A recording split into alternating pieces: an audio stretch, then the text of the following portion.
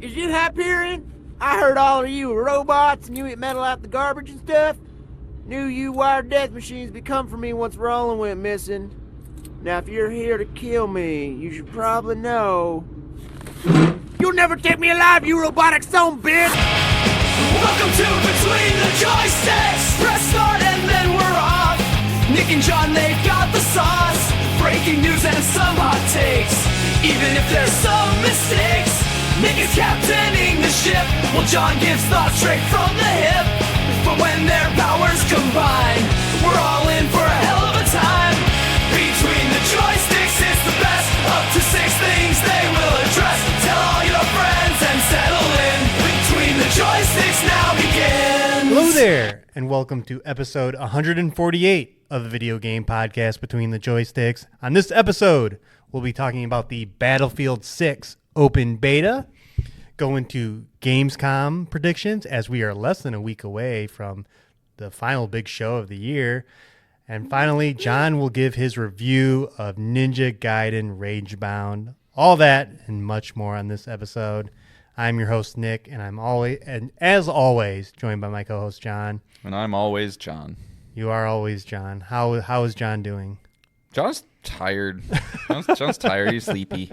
No, John's good. I just want to know why you don't think that the Game Awards is a good show, final show of the year. Why'd you? So it is the final show of the year, but it is more of a preview for next year, not a busting your balls. Not a as far as like the announcement side. Yeah. The Gamescom.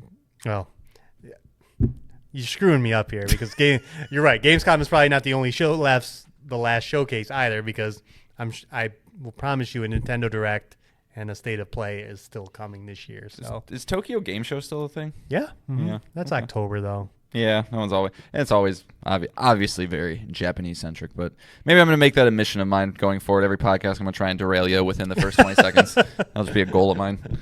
Yeah, it's not hard. I got a one podcast winning streak.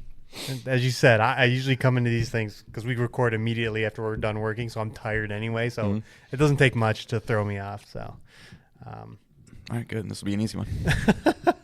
I did want to start with an announcement, and not an announcement, but I don't think you heard this one, John. Did you hear that Ubisoft accidentally leaked that they're doing a Far Cry television show? No. Excellent. I'm so glad. Okay. Oh, wow. What's with the... I'm just really down on video game properties right now. I'm down on... let me take a step back. I don't like it when things get bled dry, right? It's the same reason I don't like Marvel stuff, the same reason I don't like Star Wars stuff, and so we're just in this video game where every single video game needs to be adapted into something. And it's just and it's, so you just take all the video games as a whole, you treat it as like Marvel, just all of video games. Yeah, I do, because they're always usually of the same, with rare exception, Last of Us Season 1 being a big outlier. It's just like they're always just middling projects. Okay. Twisted Metal was middling. Fallout was better, I guess, than most, but kind of middling. Any Resident Evil movie that's ever been made, any Silent Hill movie that's ever been made. I know we're in a different age now, but I don't know. Gran Turismo movie was whatever. Uncharted movie was whatever. I just think you can kind of connect the dots a little bit. Yeah. Okay. Yeah. I mean, you could at least with Far Cry, if you can get like Giancarlo Esposito or somebody, you could get maybe somebody. All right, somebody. So in there. let's. Yeah. Well, before we get in, so I'm hoping I'm going to flip you around. I think I'm going to flip you around on this. You're right. They're going to treat this as an anthology, meaning every season will be different. Okay. It is being produced by Noah Hawley, who did Fargo and Alien Earth. Okay. And it is being made and is going to star Rob McElhenney from It's Always Sunny. See, I don't like that. I don't like that. I don't like that last one. I don't like that last one. You're such a pain in the ass. Yeah, it's...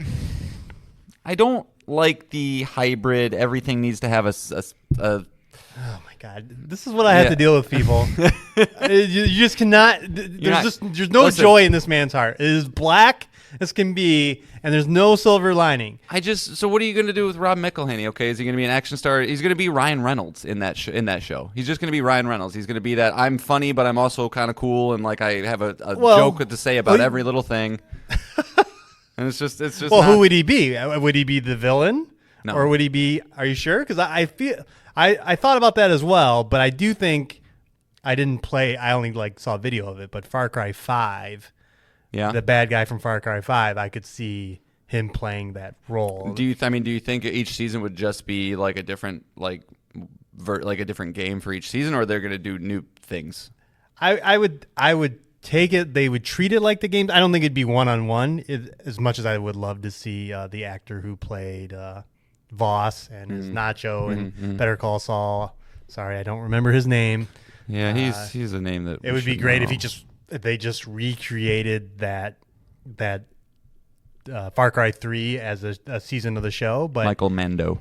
But I do think that was how the show should work. A new region of the world with a new conflict and a new protagonist and antagonist. That the shows that the games are built on, which started really in Far Cry 3 and through 6 with Giancarlo Esposito and Troy Baker and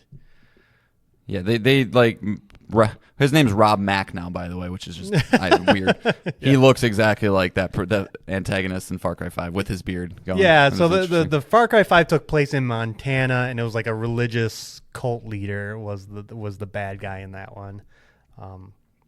And that's kind of just instantly where my brain went there. Who knows? He could be, I know Far Cry 3 is about you and a bunch of, friends going on a vacation and it just turning into a nightmare. There's very other roles he could take, but I don't know, John. I'm leaving hope because, like I said, it's an anthology, so it's like a one and done seasons, which I love that kind of television, and it's FX who has many successful shows under their belt. They're one of the premieres with HBO and as far as like series are concerned, and I think. Again, this is not officially announced. What happened is Ubisoft posted it before it was officially announced. So, what are some examples of anthology TV shows? I mean, I know American Horror Story is a big one. Never really watched Fargo. it. Okay, and White Lotus, kind of. Kind of. But yeah. Okay. Yeah, I mean, you can prove me wrong. I just, I don't know, man. Like, I will be a downer about media industries for a while until we can get some creative juices flowing. Everything is we're just taking this property, now we're doing it over here. Now it's a movie, and this was a movie, now it's a game. And we just got to expand on this and a spin-off of this. Everything's a spin-off or just a reimagining, and it's just little. It's like I just saw Weapons, right? That's awesome. That was awesome just because it's a new idea. It wasn't the best movie I've ever seen, but it was exciting because it was something new and different, and I just I don't know. I'm just a little tired of everything is related to something and it's not this and this thing, right? And it's like, yeah, I do. Okay, I'll be there when I guess if it's good, but we need some joy in that heart, that pessimism.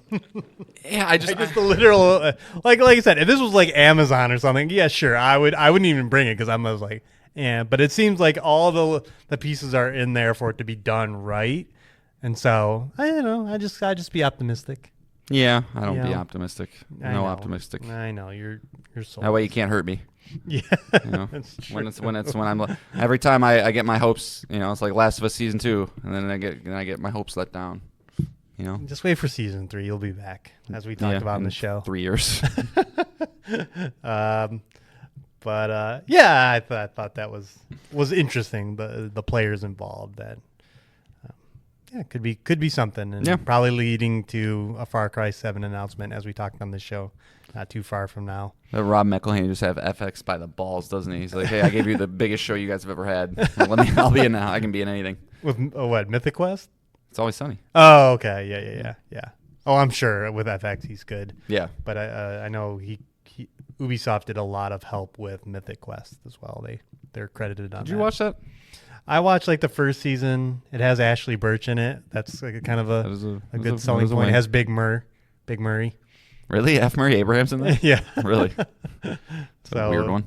So there's the cast is good. It's just fine. Okay. Yeah. I mean, it's one of those shows that I know exists, but never heard anybody go like, "Oh, you should watch this." It's just kind of is there. It got canceled. I think 4 seasons it did. So yeah.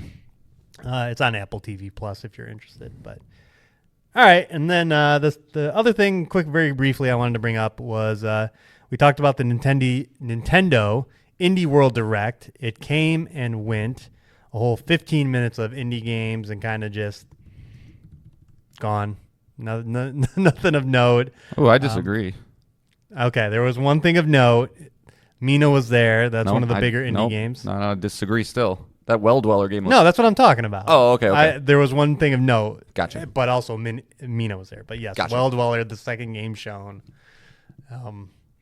It is channeling another game. Oh, it is Hollow Knight through and through. Everything about it is But you're a crow this time. Yeah, you're a little bird with a little hat and whatever, but it's got the exact same, like I was telling Nick, down to when you get an upgrade in Hollow Knight, it gives you a very specific kind of looking screen with the description of it. The exact same thing happens in this one. And, every game, Hades seems to be a game that a lot of different developers have been taking extreme amounts of inspiration from, and it's all good. I'm all good with it. Playing Spiritfall, the way that all that upgrades work, it's the exact same. So, use the inspiration from the greats to make something of your own, but spin it up a little bit. So I'll be there with Well Dweller for sure. Day one, that thing looks awesome.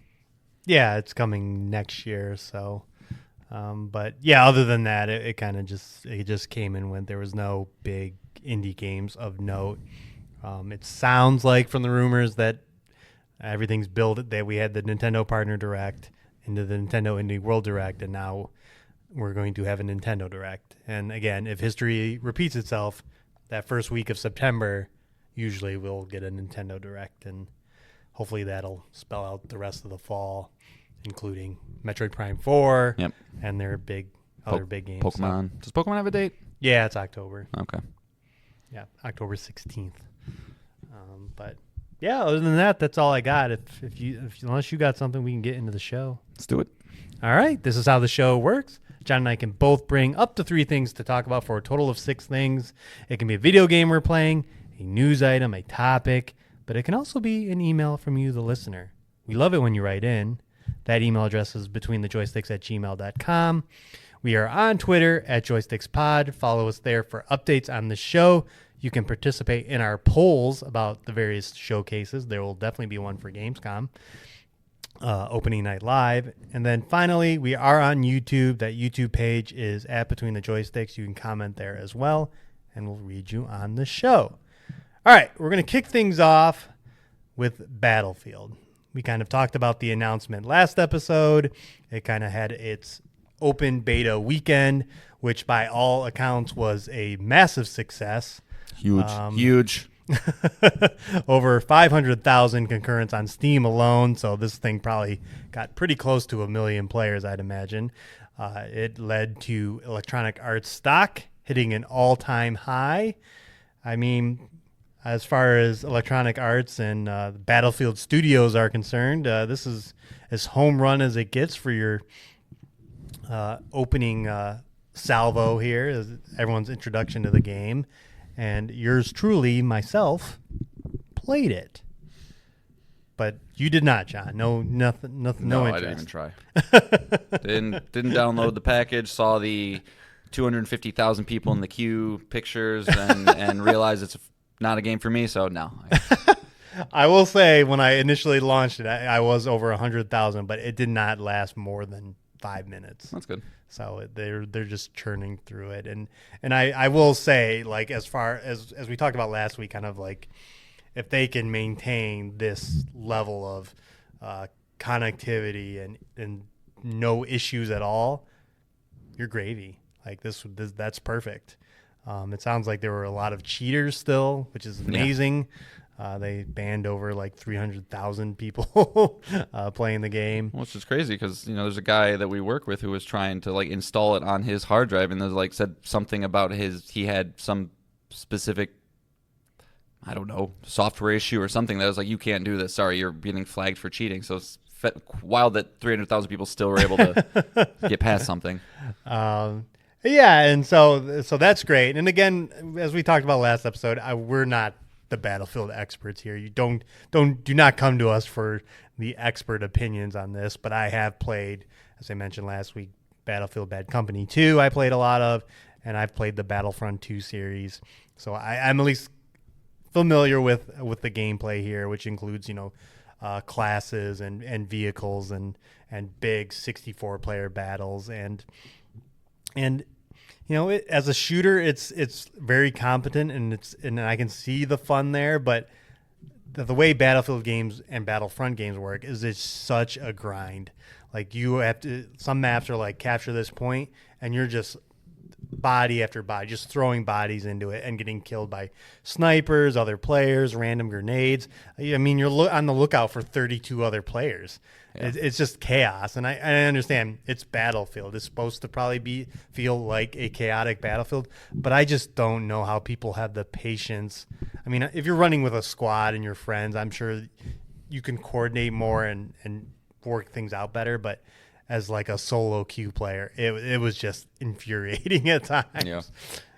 It's like we're just not going to capture this point, and everyone's just not doing their own thing, and it's just not working. Well, you can't win a match of Marvel Rivals if all 5 people are doing different things, right? So I'm sure they're taking a little bit of follows that formula a little bit, right? And it puts you in a random squad, and this you get kind of like bonuses if you stay with your squad, revive your squad.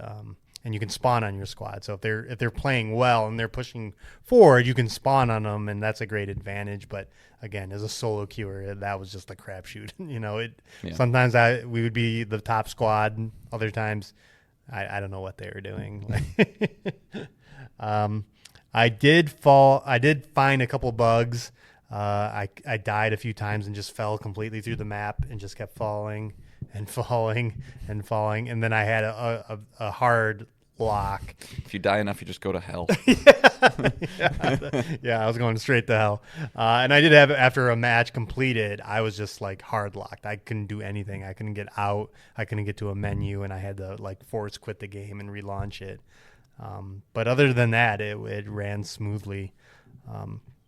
The classes seem fun. I like playing the revive person, just defibbing everyone as they pass out. A lot of the GIFs I saw of people playing this was like, all right, time to relive the glory days, and they grab that and just try and kill people with the defibs. Yeah, and the destruction is cool, being in a building and just watching it collapse around you, and visually just a very pretty looking game. It's the attention to detail when a tank turns the corner and you're just like, holy shit.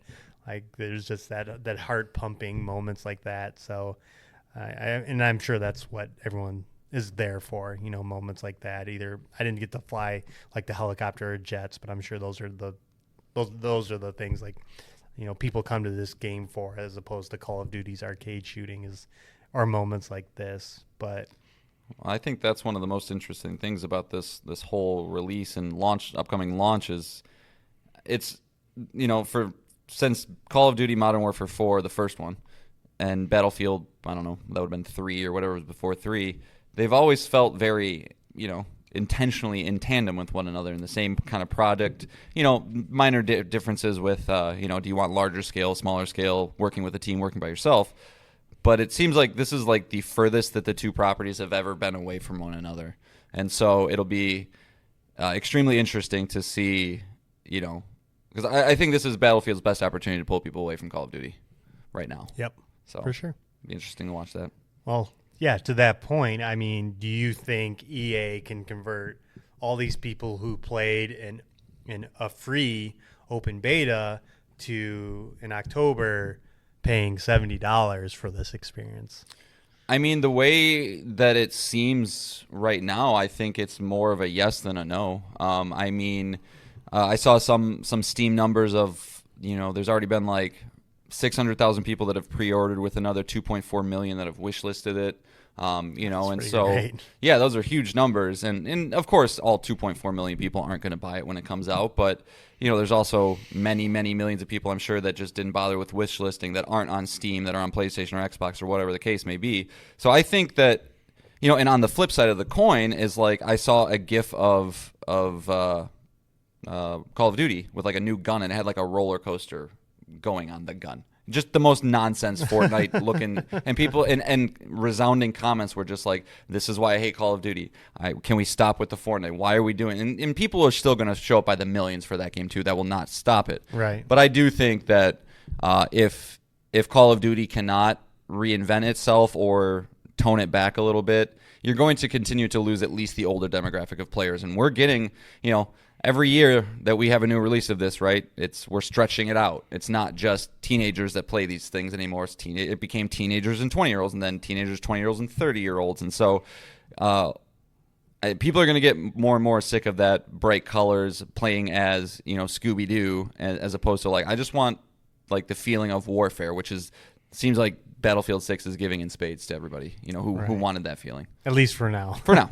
We'll see a year from now what Battlefield 6 looks like, but yeah, I mean the game it does have a single player campaign that's gonna help a lot for people biting the bullet. I feel like everyone's trained for these games to be free to play with battle passes and all the microtransactions, but I think attaching a campaign to this, hopefully people will go, oh well, I'm getting a campaign too on top of this multiplayer, that more people are able to just go, yeah, I'm doing it. Yeah, it absolutely helps with the purchase. I mean, even buying Helldiver, some people were just like, it's just multiplayer. I don't know. I mean, I was one of those, and so yeah, if there was a campaign in that thing, yeah, easy, immediate purchase. But yeah, it was a great weekend for them. I'm sure the people at EA are the suits and execs and everybody, is feeling a little bit lighter weight on their shoulders. I'm sure they still got a long way to go.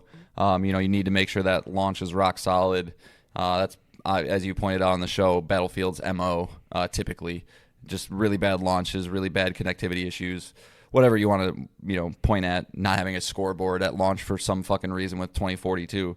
But I don't know. Yeah, I think they recognize the opportunity they have this year, and it seems like they are putting their best foot forward at the very least. Sure. Yeah, and I mean, if you're listening and you're interested, this upcoming weekend is also another weekend of the open beta. So if you weren't able to get in, you can try it again. I was always one of those guys that just tried to play like a Call of Duty match. I couldn't do it. Like I don't want to get in a vehicle. It's intimidating to me. Everybody's gonna aim at me all of a sudden, right? And I want to run in with not coordinate with my teams, and it never worked out. So right, yeah, it is definitely one of those games. Like I don't have a crew of friends I play with anymore on any kind of regular basis at all. It's just one of those things of getting older. It's like coordinating a night to play. We got guys we work with, but like at the same time, do you even want to? No. Yeah, exactly. Typically, no. But it would be great if I did, right? Like I think I would. That like if people we knew were like, yeah, we're all playing Friday night or whatever, maybe I would do it, but yeah. You're gonna buy $70 to do it, and knowing that that's gonna be a one, maybe two Friday night. Because, like I said, it would. There would have to be an established friend group that is guaranteed to play on a regular basis, and I don't have that, so sure, not gonna happen. So yeah, I'm curious as to where in October we're reviews, and then what's the official release date? It's a good question. It's October 6th or 10th. 10th. All right. October 10th. PlayStation 5, Windows, Xbox Series X, X and S. Do you think is there any chance that this somehow goes to Switch 2? I wonder. This game, no, I don't think so. Yeah. It'll be interesting to see where like the line is drawn for the Switch 2 in terms of what it can handle and what it can't. I mean, yeah, as long as it continues to sell well. I mean, if it has a really big holiday, I mean, they're going to be forced to, So, all right. Let's move on. On August 19th is Gamescom Opening Night Live, the second Keighley event of the year. This one takes place in... I find it funny that the dude's got 3 events of the year. It takes place, I believe, in Cologne, Germany. So a very European-focused show. We've gotten this for the past few years now. And it's time to get some predictions because our next episode will be all about this show. And we'll talk about all the announcements that are there. But before we get into predictions, let's talk about what's been announced so far. And so far, it is World of Warcraft will be there. Lords of the Fallen 2 will be there. And the big one, Resident Evil Requiem. The big one. John, what's your excitement level for another look at Resident Evil? pie. But like, I also don't need to see. What was anything. that? Was pie or was that pie? No, it's high. I just it's falls into one of those categories. Like, yeah, I'm in. Like, I don't really need to see more. I would like to know some concrete details. You know, we were talking yesterday about the state of leaks and how those things can get a little annoying at this point. So I want to see the official announcement from everybody of like, okay, is this open world? Is it open zone? Are there vehicles? What's going on? Like, who Is am it I playing? Leon? Is it Leon? Who am I playing as? You know, are there any gameplay innovations? But like, I don't need a trailer to like sell me on anything about it. But Wow, that bought in already, huh? yeah, I mean, it's Resident. I mean, with the exception of 6, every single one of those games would have been a solid day one purchase. You know, even True. something like 5 True. might be for you or for not. For you, I don't know if that makes sense. But every other one is solid, and Capcom's continues to be a revitalized company. So yeah, I'm there. Okay. Yeah, absolutely. Yeah, I'm with you. I do want to see if some of the leaked details about the game are true that you mentioned. But yeah, I need to see just a little bit more. Yeah, I have faith in Capcom as well. They're, again, as we mentioned on the show multiple times, they're in this renaissance. They can't seem to do wrong. Monster Hunter Wilds was a big hit earlier this year. So I would assume that this is going to be a fantastic game.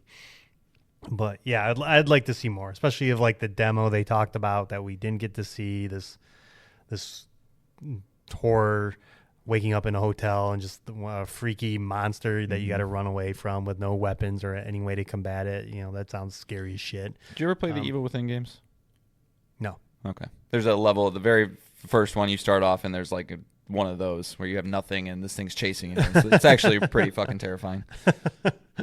So yeah, and it's one of those franchises that you always keep an eye on. So it's great that is already known. Like, that's a reason to watch already, just for that game alone. Again, it ended Summer Game Fest. So What do you think we get? Just like a 2-minute gameplay trailer, like a little long form look at the game. I mean, that game's out in February, so yeah, I would think a mix of story / gameplay. A reveal of perhaps a Mr. X type character that's haunting.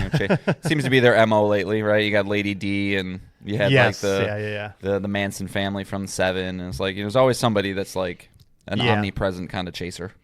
Yeah, and because Resident Evil games, you have 7, but then you have the ridiculousness of 4 and the silly characters in that. So yeah, what is the overall tone? Is it returning to pre-7 and 8 tone, or is it continuing that kind of goofy, silly horror tone that it normally has? It doesn't seem very goofy. No, not so far. From the initial reveal. I do hope that they. I much prefer having the 7 style more cohesive story than like these individual things like that 8 had, where it's like, we always talk about how scary and awesome that baby section is versus like the other ones are even forgettable to me. Lady D's memorable, but that's because I think so much marketing was with her, but I don't even remember the other 2. Yeah. I felt like it wanted to be the cornerstones of the franchise. Like, it touched on every key point of the whole series, right? But separated them in each individual monster dungeon, right? Yeah, I don't need that. But yeah, I mean, that's a reason to watch it alone. So we'll set the stage of what was announced last year, so listeners and John can get an idea of what to expect. And this is what we got last year: Borderlands 4, Call of Duty Black Ops 6, Goat Simulator Remastered, Dying Light the Beast, Dragon Ball Spiking Zero, Lost Records Bloom and Rage, No More Room in Hell 2, Arc Raiders, Infinity Nikki, Path of Exile 2, Warhammer 40k Space Marine 2, Dune Awakening, Reanimal, Monster Hunter Wilds, Monument Valley 3, Civilization 7, Kingdom Come Deliverance 2, Little Nightmares 3, Indiana Jones and the Great Circle, Diablo 4, Vessel of Hatred, Mafia: The Old Country. Those seem to be the big announcements. So kind of all over the place. It's funny, like a lot of those are still just in the zeitgeist because like Borderlands 4 is coming out, Mafia just came out. It's like, we're kind of still talking about all those. Yeah. So, that's one point to make is like there are games here that are not out yet, like Borderlands 4, Dying Light the Beast, So Arc Raiders. So there's probably a good chance that they just show up again. Yeah, you'll get a small thing with them. And then obviously Microsoft is here big time with Call of Duty Black Ops 6, Indiana Jones, Diablo 4. So one would assume that the big Microsoft upcoming games, we know World of Warcraft is already here, that Outer Worlds 2, Ninja Gaiden, possibly Keeper, Black Ops 7 is probably for sure there. Yeah. That pays a lot of the bills. Yeah. And again, it would coming off of this second Battlefield weekend, it would be great if we got a huge reveal for a blowout for Black Ops 7 to kind of say, hey, yeah, you're getting that Battlefield game in October, but we're coming right after. Remember us? The Zeus of gods. Yes, we're still here. Yes, I'm here. And then obviously, again, that very and Indiana Jones and the Great Circle is getting DLC, so there's potential for that to be shown again. But then again, another European focus here with Dune Awakening and again Arc Raiders and these very European focused games. Simulators will probably be here in some capacity, but that's kind of setting the stage here. But we'll start with the big question. The big question, John. It's 8 inches. It's huge. The game that I got him again. it's just hard to set the stage here. Sure. The game that the big question mark. Yeah. This is it. Silksong. If people are jumping out of windows, if this game for whatever reason is not here, and that is Hollow Knight Silksong. Yes, it is here with a release date. Has to be. It has to be. I mean, and there's only so many times I can put on cloud makeup, or the internet can put on cloud makeup. Right. But the one big sticking point is that. Well, there's a couple. It's listed as a playable game. You're not just going to say that and it's not there. So right. it is there. It will be playable. We've had confirmation that it's going to get a release date or launching alongside the Xbox ROG Ally, which we got a leaked date of October 16th, I believe, for that. There's so it's like it's either here or it's not. It's dead, but it has to be. I don't really know what else to say. It just this is the moment. This and the ROG Ally that you mentioned are definitely going to be here, and both will have dates. So and that's another reason to watch because I want to be there. I want to see John's face when they actually give it a date. Yeah, this will be one you probably you might expect me to jump up and down, but I'll probably just go. Yeah, that'll just be release. I'll just fall backwards into my chair, look to the sky, kind of like that meme of Ben Affleck when he's smoking the cigarette outside. He's like, oh, thank God. But yeah, that'll be very, very nice. Also, I have that on my fantasy team, so that too. True. Yeah, obviously a game of the year contender. The shittiest wrinkle that's going to happen is it's going to come out. It's going to be like a 76. People are just. It's just going to be. It's just going to be shitty for some reason. No fucking way. I know there's no chance. But no fucking way. That's why this game has been taking so long. They're perfectionists over there. Yeah. So, that's. And then what do? They're like, all right, do we make another game? You stop making games. Yeah, that's it. Or you just go for a weird indie. Run games. away with your pile of money. So I'm glad that you think that. I think so. I mean, you think so too, right? Yeah. Okay. Yeah. It would be wild if it would be insane if it just wasn't there at all. And I believe Keighley has gotten ahead of other shows and said Silksong won't be there, so he hasn't said that yet. So, okay. There are a handful of games without release dates that I 100% hope are there. Lumina's Arise, Eternal Life of Goldman, Absalom, Marvel Cosmic Invasion, Dispatch, Darwin's Paradox. Kind of these good-looking indie games that are all slated for 2025, just no date. Yeah. No date. I probably should have waited for Witchbrook to drop that until after this. Yeah, Witchbrook's another one. Witchbrook could be there, which is Concerned Ape, guy that did Stardew. But yeah, I mean that's these type of shows, and I don't even know what type of shows I'm referring to when I say that. Just basically any of the big ones besides E3. They've always just been like good update shows, get release date shows, get a new trailer shows, give you updates on where things are. So, yeah, I mean, I expect a Hades 2 date for Switch at the very least. I mean, if not at Gamescom, it'll be, please. that. I expect to see that. A Path of Exile 2 full release for consoles and things like that. Like, those are the things that I would hope to see with a lot of those littler games. Yeah, for sure. Yeah, I mean, like I said, there are those other showcases that are coming that I believe are going to be here from Nintendo and PlayStation, but this is a big show to just get the rest of the release dates for the year. And what else are we playing? I know there's a lot coming out. It feels like this year is kind of stacked, especially October. But yeah, some more release dates would be great. Do you think, if you were Jeff Keighley, and obviously we would need to know more information about what he has, where do you slot Silksong in the show? If you do have a trailer and a date, is that a first game shown? You're just gonna throw in them? Like, I don't know where you put that. I would open with it if I think was an him. opening. I would great. open with it. Like, yeah. You don't want to close with it. It's a known quantity. Like, it's gonna get people hyped, but it's be like, yeah, we know it's a thing. Yeah, I think you start with it and you go. Yeah, you get everybody. Yeah, I think. Fired up. Yeah, he comes up on stage. He welcomes everybody, and then in Keighley fashion, because he knows he's got something. He's gonna have like Hollow Knight's nail as like a lapel pin or something. Yeah. And I love it. I like when Keighley is introducing a world premiere, and he knows he has something. It's usually a special thing. He'll start the show like that. It'll be like, this is the one you guys have all been waiting for, and then boom, date. Everyone loses their mind. We all cry. Showcase goes on as normal. You find out, the ROG Allies the same date later in the mid-show. And then toward the end, Resident Evil 9 is either, I would say, third or second to last. Yeah. Yeah. That's how I would do it. If he has another big announcement, which I'm assuming he does. You got to have something. So I would say, that's how I would do it. Yeah, I would agree.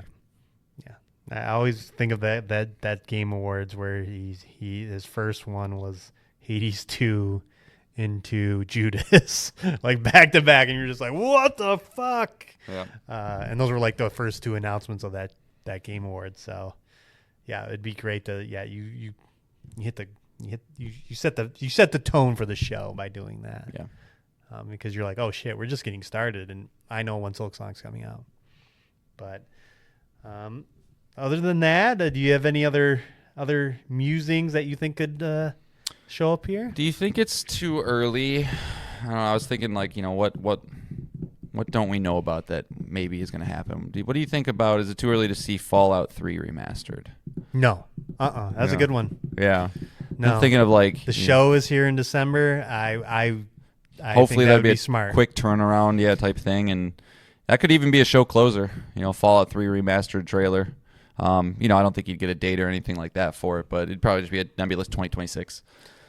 Boy, you really want to coincide it with the show if they can. Obviously, if they can't, then it is what it is. But yeah, if you're the season 2 of the Amazon show comes back in December, so December, January, February, March, you probably want that game. Does Amazon do weekly episode releases, or is it binge type stuff? Because I feel like if you started the show in December, it's definitely weekly, and it ran 12 for weeks some shows, or 10 weeks. You'd be getting into March, and at that point, that'd be a great cadence, right? You do the show, finish it off, and then the game's coming out right after that. I don't know if that seems very quick. I mean, Virtuous, assuming they would have a hand in this again, they are a busy studio that seems capable of doing a lot of stuff at the same time. They're working on Metal Gear Solid as well. Maybe they could spin that up. I don't know, but that's a great prediction. It skipped my mind that they do something Fallout related. And then another one I was thinking of that, it's been 6 years since the last release in this franchise, very European centric, but maybe a new Metro game. Might be time for a new Metro game. Metro Exodus came out in 2019. I think there's a lot of different stories to pull on that. It's obviously written, or it's based off of a book, or a book series, comic series, what have you, but it could be time for another one of those. just trying to think of European-centric things. Yeah, I want to look up 4A games. Do they have another announced game? No. Yeah, that's a good pick too. Yeah, 2019's Metro Exodus was their last game, so. Yeah, so they got to be working on something. Yeah. But and then of course Farming Simulator 2027. Yeah. Gotta have that. Yeah. I think it's also time for, speaking of remasters, we know that a remaster of Gunstar Heroes. If it was Tokyo Game Show, yes. And I want Dotemu to publish a Gunstar Heroes remaster. Witcher remaster of the first game. We know that's coming. CD Projekt Red is not hiding all their games in production, so we know that game exists. And it's been a minute, and again, with this European-focused show, showing off Geralt's first adventure, would be great for a next year release date. Just please give quality of life improvements. I've heard that game is a slog. Yeah, I couldn't finish it. You've tried? Yeah, yeah. It's just an old game. It's definitely due for a remaster. The jump from 1 to 2 is insane. Jump from 2 to 3 is insane. Yeah. So Can hope 3 to 4. So I think it's time. But yeah, it's again, this is a hard show to predict because there's a lot out there. There's a lot of games, and there's just always been kind of a nebulous nature of what Gamescom really ever is. I mean, I would love a world where whoever's in charge of Gamescom kind of is like, you know what, let's put a little more effort into trying to make this feel like how E3 used to felt. I'm not saying that, it'll be that big and bombastic because the ages of, actually making deals and going to these shows for business purposes are long over. You can just do it with streams and whatnot now. But there is, I think, a very large hunger within at least the enthusiast sphere. If you're listening to this podcast, you're an enthusiast. I would imagine you kind of feel at least this way in a little bit, where it's just like, it's just that was, we've talked about before, that was the best weekend ever. And if you can figure out a way to bring that back, even if it's half of what it used to be, that'd be great. So, but in the past, Gamescom, has always, I think we've always wanted it to become that, and every single time it's a letdown. So I'm hoping that, it's a little bit better than most Gamescoms. It seems like it's going to be. They're putting a lot of effort into what's playable. Silent Hill F is playable. Like we said, Silksong's playable. Hades 2 is playable. There's a bunch of playable shit. Which I feel like it hasn't been that way in the past. And I'm glad you mentioned like Silent Hill. Like I imagine a lot of these games that have release dates too will still show up here for reasons. Hell Is Us, which just got a demo yesterday. That'll be here. Yeah. I mean, just like his other shows, like the viewership keeps going up, and so when he's touting like millions and millions and millions of people are watching this, you would think the next year it's easier and it's easier for him to be at the bigger games. Gotta ask, just because it's fucking Keighley, is OD gonna be there? No. Okay, good. If anywhere, it'd be at the Game Awards. Yeah. It's still a while away. Yeah. But also seems like it's definitely less Japanese than a lot of his stuff, and it's an Xbox thing, and Xbox was big there last year. That's true. That's true. But I don't think so either. Every Keighley event I gotta ask if Kojima's gonna be there. No, we're too close to the release of Death Stranding for him to be touted out for more. But I wouldn't be surprised if I'm he's just at the picturing Game him coming Awards. out and then he comes out and he's like, yeah, go buy Death Stranding 2. Bye. And it's like, why are you here?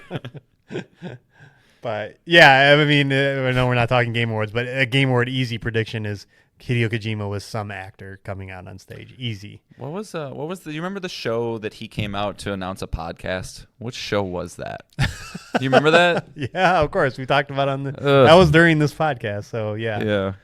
I feel like it might have been Gamescom. I don't know. It was definitely a Keighley. Podcast showcase. Gamescom. Opening night live, yep.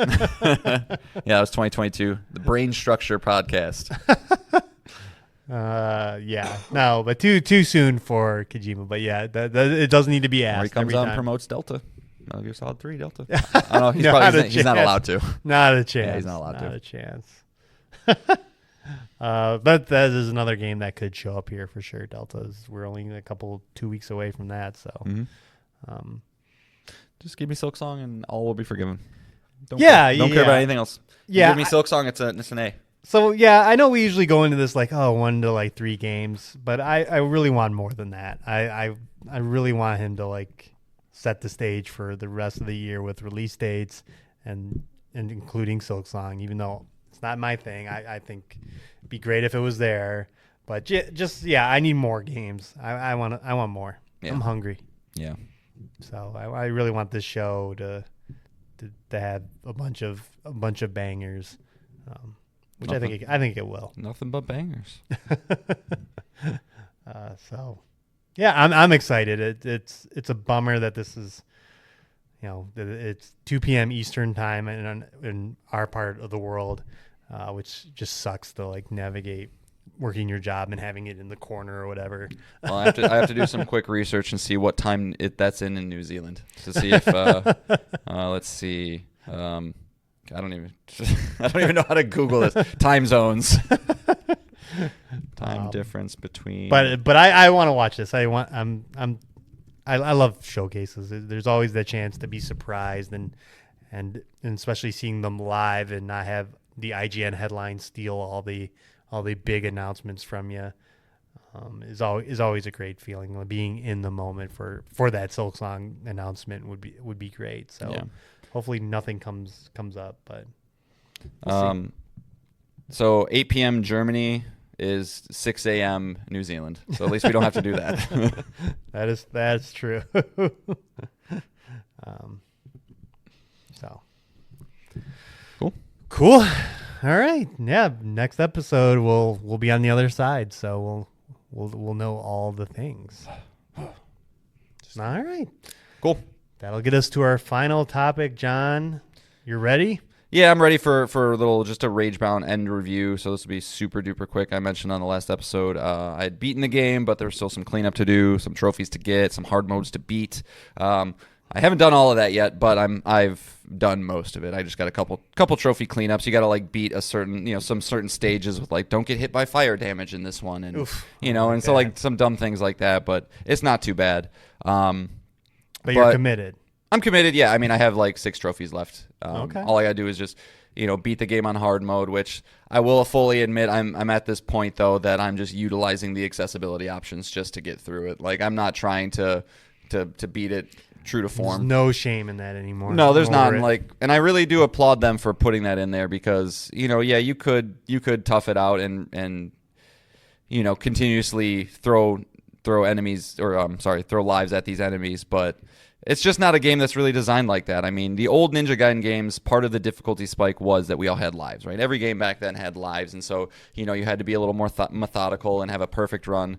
But they designed this game more like a puzzle, if anything, where it's you're trying to get through these stages as quickly as possible, know where they're going to spawn. Different enemies have different auras about them, which give you super moves to get through bigger enemies, so you don't have to waste time with them. So it's much more like a puzzle. And going through and cleaning up all the trophies really does make this game shine. I think I mentioned that last week where I really, really liked it. It's a great game, but at the same time, it felt a little short, a little old. There's not a ton of move sets and things like that. But I think those were sacrifices that were necessary to capitalize on the true nature of the end game, quote unquote, if you will, which is just utilizing all the skills, all the things that you've learned through your 25 stages to really kind of perfect the gameplay and get through it in a fast, quick, fun way. And so I do highly still recommend this game to anybody who likes side scrollers. If you like old school video games, give it a chance. I'm gonna go with a 9 on this one. Wow. I think it is. It's oh boy. It's a 9 with a caveat, just in the sense that we were talking last week. I believe it was Jesse wrote in with the email about what makes a 9 or 99. Yes, correct. Yeah, and this is a game that I don't think you can justly critique it for its story's weak. It's yeah, it is, right? But that's okay. But it's the sum of parts. Yeah, of course, and so but for trying to capture the feeling of those old school platformers, bring them into a modern light, provide a decent package of content that's both approachable with the main playthrough. Because again, the main playthrough, like the first time you do it, it's not hard. It's really not that hard. You put it on hard mode, it's fucking hard. And so like there's stuff to do if you want it. Good trophy list, which is important to me. If that's important to you, it's something to take into consideration. And just it did everything it needed to do. It's not to say it's not perfect. I do again wish there was maybe a little more, I don't know, ways to change it up to have more abilities, or I don't know. I'm not a game developer to know immediately what I would change about it, but it definitely felt like there was a little lacking. But overall, a really solid package at $25, perfect price. Do you think a sequel's coming? Yeah, I think they'll make more. I think this game's getting the critical acclaim. I'll be interested to see, what the commercial success of it is. I mean, this is a niche. I'm honestly surprised that nobody here at work besides me has purchased it yet. Especially there's two other guys. Friend of the show, Nick. I know he's planning on playing it eventually once he kind of maybe finds a little time to do it, or just strikes the right mood. But it is a game for an older generation. Like, it's not something that I think your 16-year-old kid's gonna want to jump into. There's no cosmetics, there's no microtransactions, none of that kind of stuff. It's not that kind of game. But it's for someone like me that wants a tight experience, it's great. So I'd give it an 8.5 if you let me. I say at him. Whatever. Smiling. That's fine. Just because that's how I know how to dig at Nick. But does this change your opinion? I know they're not the same game, but it's the same franchise for Ninja Gaiden 4 later this year. I don't know if you heard that game is about 15 to 20 hours with the similar things you're talking about, like you'll unlock, the hard difficulty once you complete it, challenge rooms and stuff like that.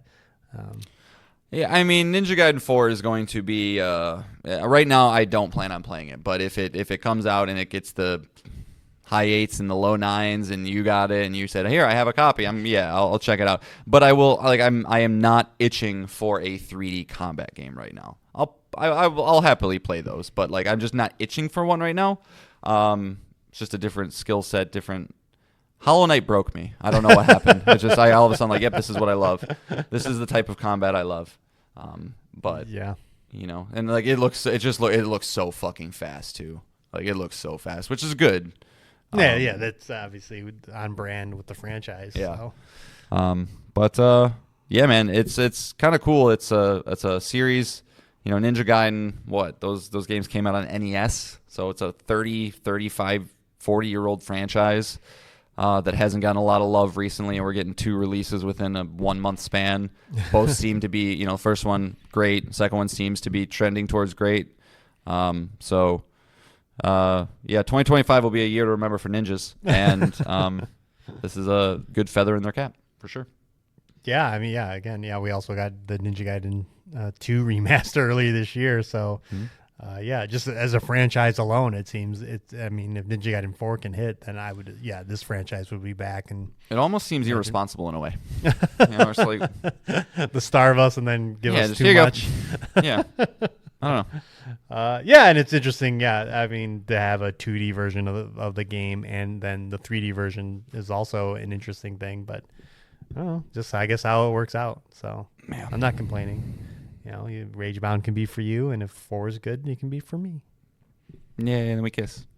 They kiss. Oh, they kiss. Ryu. The games kiss. And I don't know. I don't think anybody knows any other Ninja Gaiden characters. But cool. I mean, 8.5 or 9, whatever you're choosing here. Mm-hmm. That's fantastic. Yeah.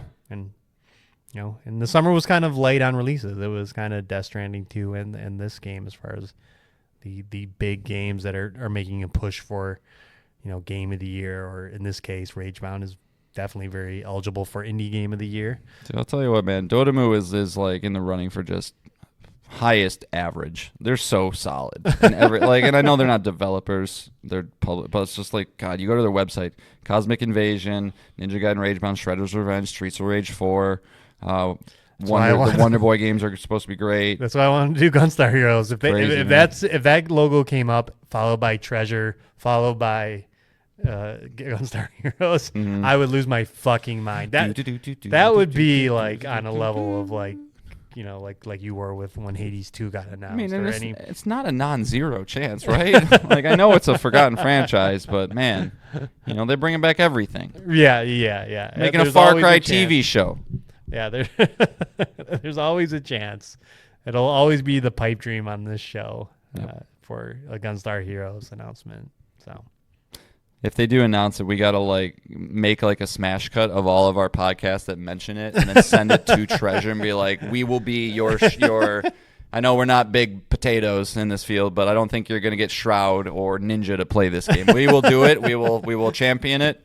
Just give us some free shit. You mentioned it before we started recording, but I think if we did, then we would have to do us playing it live. 100%. For the original game, so they get all hyped for it. So, yeah. Cool. All right, that's kind of it for the show. Again, as I mentioned, next episode will probably be all Gamescom. I imagine there'll be enough announcements there to carry the entire show. But beyond that, I would love to talk Hell Is Us, the demo. Mm-hmm. I got to check it out, and I'm going to wait till John checks it out so we can kind of both give our opinions on it. If you played it, let us know how you feel. It's an interesting game. There's a lot of interesting mechanics in that game and gameplay decisions that I really want to discuss. But other than that, are there any teases on your end, John? No, just playing MLB The Show with my boy, and been trying to. You can bring that to the show because I mean you've told me about some of the predatory mechanics. I'm gonna say this: if you want me to talk about MLB The Show, just send us a quick note, because like that's also the type of conversation that nobody wants to listen to if you're not into it at all. Like seriously, I'm not gonna make somebody sit through a baseball conversation. Well, I mean, the sport is what it is. I mean, sure, but the mechanics of it being a video game are interesting. Yeah, kind of. If you're not, listen, I'll bring it. We can talk about it. And what do you know? Maybe it gets us more listeners. They're like, oh, they're actually talking about games I like. I love MLB The Show. Right in. Yeah, maybe. Yeah, because we've been playing that a lot. But no, I mean, you know, now I'm trying to do this dumb getting monkey off my back. Like Claire is staring at me, and I want to like him. Full John on it. I want to love it, and I think I will eventually at some point in my life. This year's Rebirth. Yeah. The year before is Elden Ring.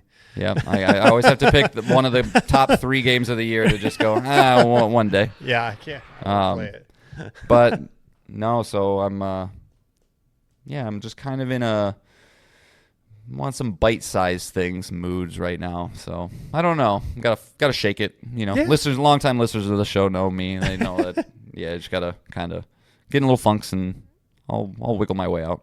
Yeah, I mean, Sword of the Sea comes out next week. That might be a good game. Yeah. Possibly. Yeah, I mean, Giant Sparrow's pretty dope. Or Giant Squid. Giant Sparrow? Giant Squid. Giant Squid. What's the Sparrow one? They're probably both studios. Is it Giant Sparrow and Giant Squid? Yep, Giant Sparrow Games. Giant. Come on, guys. You don't need to both be giant animals. It just is what it is. It's like the Outer Worlds and the Outer Wilds. Get together. And then we're 2 weeks away from Shinobi, which the demo was very good. So that's probably another game right up your alley to play. Yeah, it's hard to resist good Metroidvanias. So there's some games coming, and yeah, like I said, Gamescom kind of just kicks off the fall, and there'll be releases and more showcases and just nonstop video games, and I'm all up for it. Fuck yeah. Yeah, I am. I don't know why. I'm getting. I was like trying to cool off on video games, and now I'm getting hot and hungry for video games. I'm listening to all these video game podcasts nonstop. Don't let Nick get hot. Don't let it happen. So yeah, we'll have a lot of stuff to talk on the show, and yeah, I'm excited to talk Gamescom opening night live all next episode. Those are the best ones. Those are the best podcasts when we actually have like a thing to go through. Love it. Love it. Yeah, exactly. So that's it for the show. We thank you for listening, and we will be back next week to talk all that Gamescom news. We love you. Take care of yourself. Bye-bye. Toodaloo.